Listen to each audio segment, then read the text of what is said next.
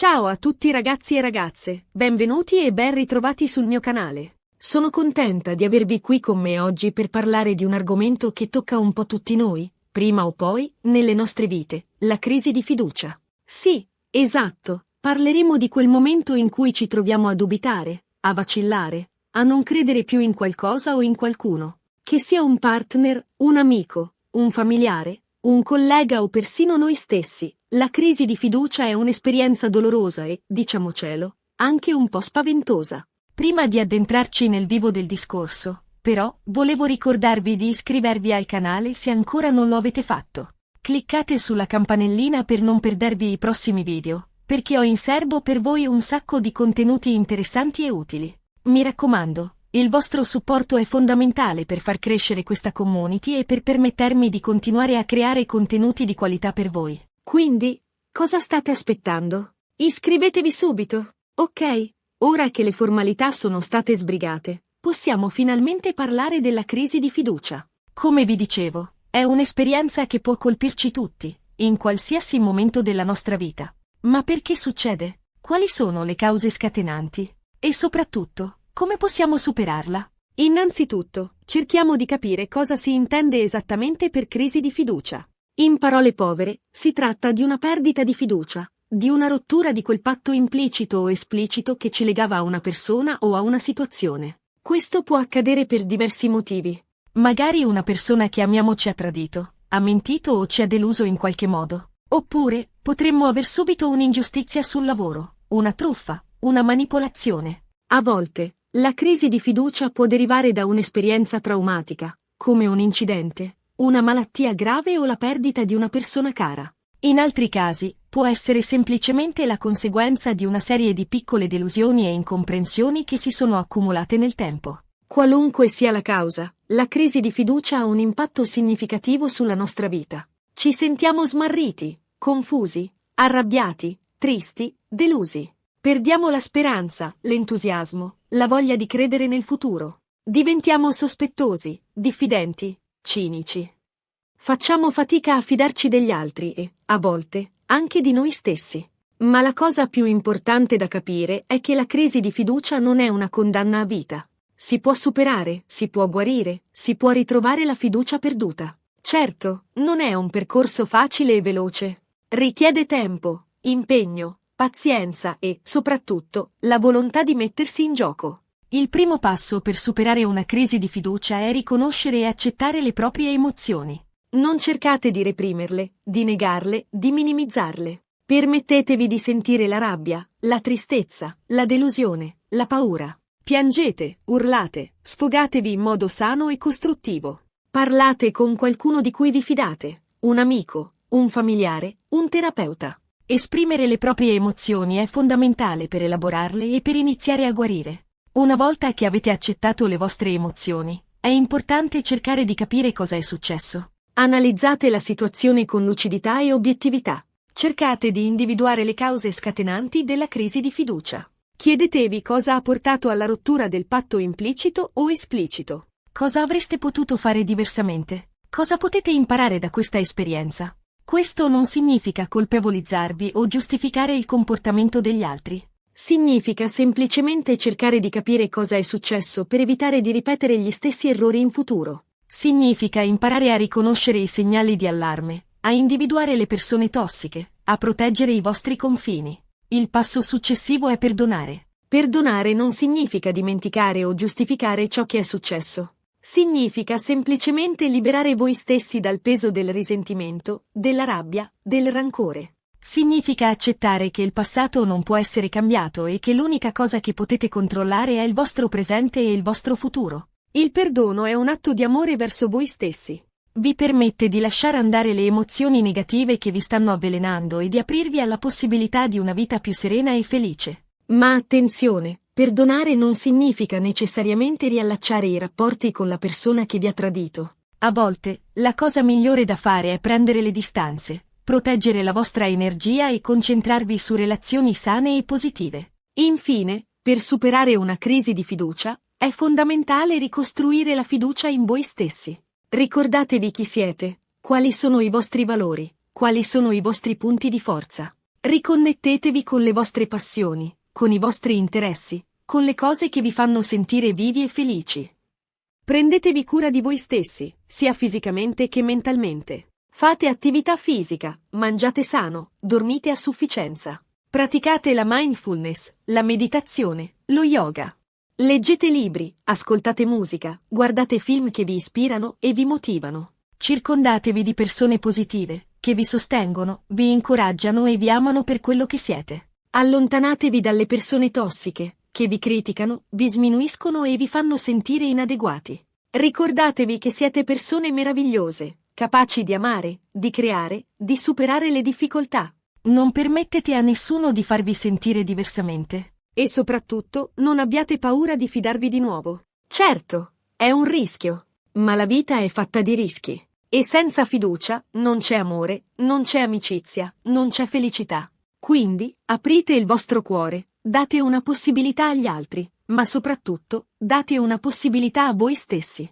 Credeteci, ne vale la pena. Bene, ragazzi, siamo giunti alla fine di questo video. Spero che vi sia piaciuto e che vi sia stato utile. In sintesi, abbiamo parlato di cosa si intende per crisi di fiducia, quali sono le cause scatenanti e come possiamo superarla.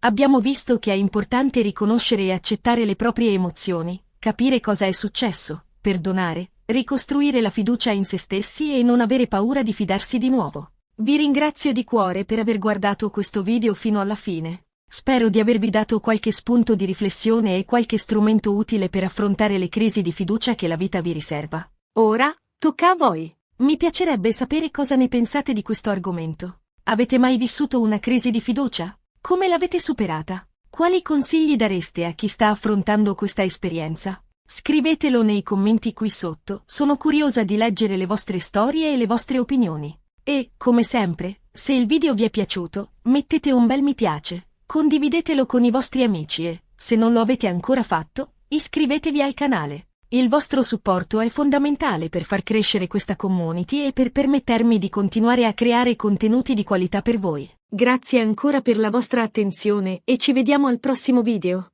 Un abbraccio a tutti. Ciao. Trattino.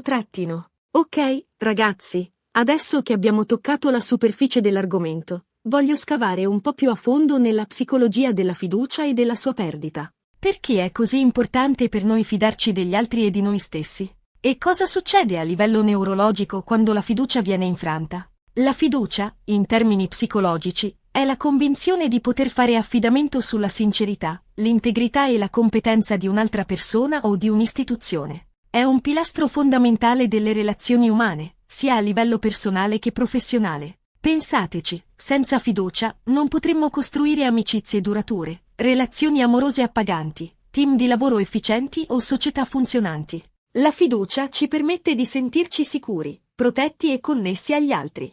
Ci dà la libertà di essere vulnerabili, di condividere i nostri pensieri e sentimenti più intimi, di chiedere aiuto quando ne abbiamo bisogno. Ma cosa succede nel nostro cervello quando ci fidiamo di qualcuno? Studi di neuroimaging hanno dimostrato che la fiducia attiva diverse aree del cervello associate alla ricompensa, all'empatia e al legame sociale. In particolare, l'ossitocina, spesso definita l'ormone dell'amore, gioca un ruolo cruciale nel promuovere la fiducia e il legame interpersonale. Quando ci fidiamo di qualcuno, il nostro cervello rilascia ossitocina, che a sua volta riduce l'ansia e aumenta la sensazione di sicurezza e benessere. Ora, immaginate l'opposto. Cosa succede quando la fiducia viene infranta? Improvvisamente, le aree del cervello associate alla paura, all'allerta e alla sopravvivenza si attivano. L'amigdala, il centro di elaborazione delle emozioni, si mette in moto, scatenando una cascata di ormoni dello stress, come il cortisolo e l'adrenalina.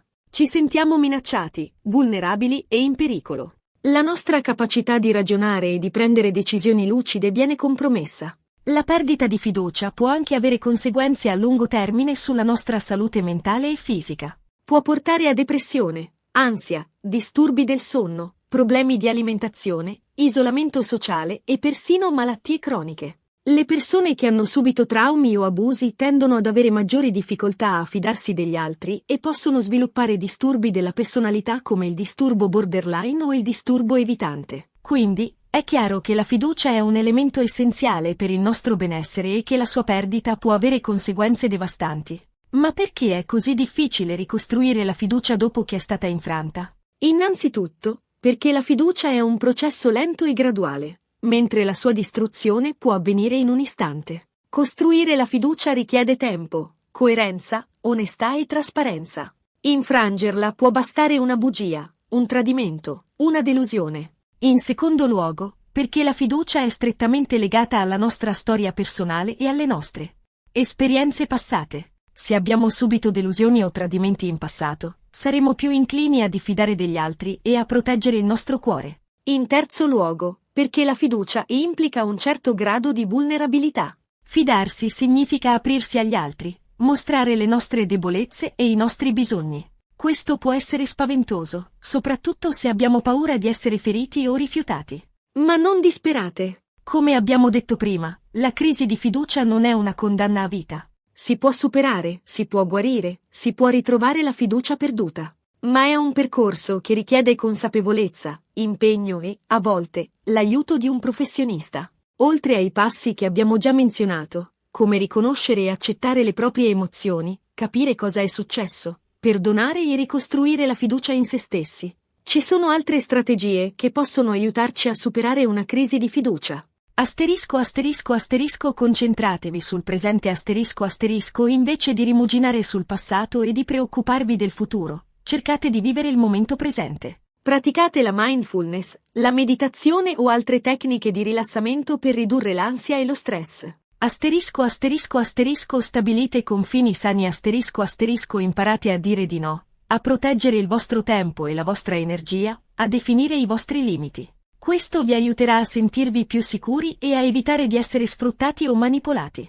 Siate realistici non aspettatevi la perfezione dagli altri e da voi stessi. Tutti commettiamo errori, tutti abbiamo i nostri difetti. Accettate le imperfezioni e concentratevi sulle qualità positive delle persone. Comunicate apertamente esprimete i vostri bisogni, i vostri desideri e le vostre preoccupazioni in modo chiaro e assertivo. Non abbiate paura di chiedere spiegazioni, di chiarire malintesi e di risolvere conflitti. Siate pazienti ricostruire la fiducia richiede tempo e impegno. Non aspettatevi risultati immediati e non scoraggiatevi se incontrate ostacoli lungo il percorso. Cercate un aiuto professionale se la crisi di fiducia è particolarmente grave o se vi sentite sopraffatti dalle vostre emozioni. Non esitate a cercare l'aiuto di un terapeuta. Un professionista può aiutarvi a elaborare le vostre esperienze, a sviluppare strategie di coping efficaci e a ritrovare la fiducia in voi stessi e negli altri.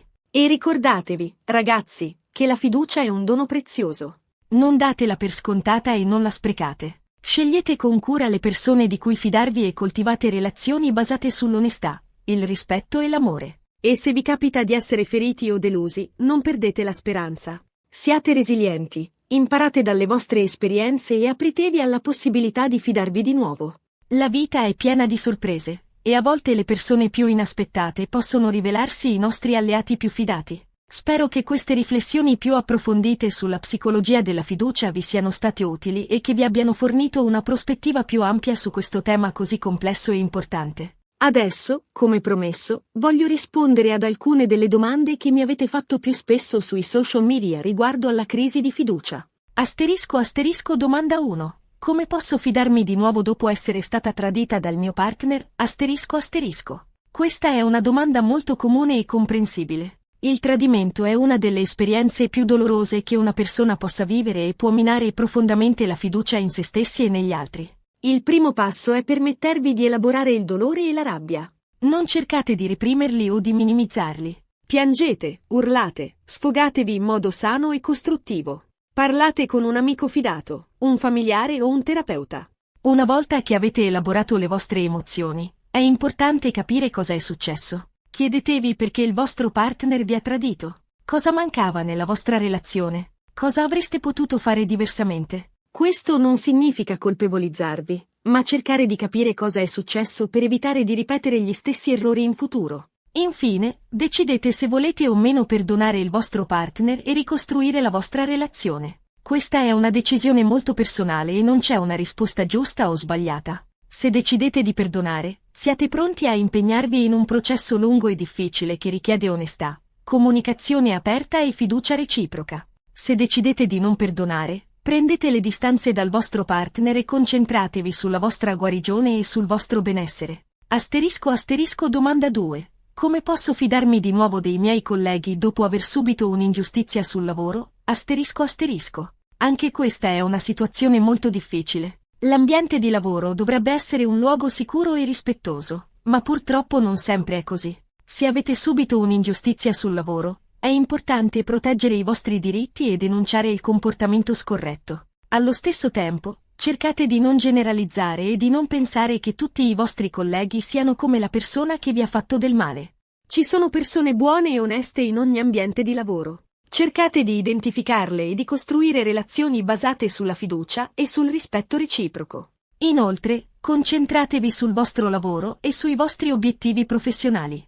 Non permettete all'ingiustizia subita di minare la vostra autostima e la vostra motivazione. Continuate a dare il massimo e a dimostrare il vostro valore. Domanda 3. Come posso fidarmi di nuovo di me stessa dopo aver commesso un errore grave?